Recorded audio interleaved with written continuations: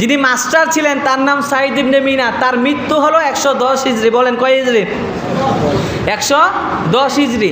আর ছাত্র যিনি ছিলেন আফফান ইবনে মুসলিম, তার জন্মই হয়েছে 134 হিজরি। কি বুঝলেন? কিছু বুঝলেন আপনারা?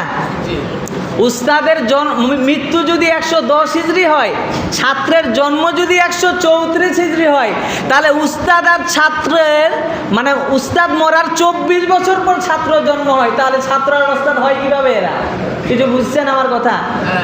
আফফান ইবনে মুসলিমের সাইদ ইবনে মিনার যদি মৃত্যু 110 হিজরি হয়, আর ছাত্র আফফান ইবনে মুসলিম তার জন্মই যদি হয় 134 হিজরি, তাহলে এরা কখনো ছাত্র উস্তাদ হওয়া সম্ভব? এরা যেমন ছাত্র আর উস্তাদ হওয়া সম্ভব না, এজন্য এটাকে বলা হয় হাদিসে মুনকাতে। আর হাদিসে মুনকাতে মানে বিচ্ছিন্ন হাদিস। বিচ্ছিন্ন হাদিস কখনো দলিল হিসাবে গ্রহণযোগ্য হতে পারে না। তাহলে নবীর জন্ম 8 তারিখে, এটাই হলো বিশুদ্ধ, আর 12 তারিখেরটা প্রসিদ্ধ। কি বুঝলেন?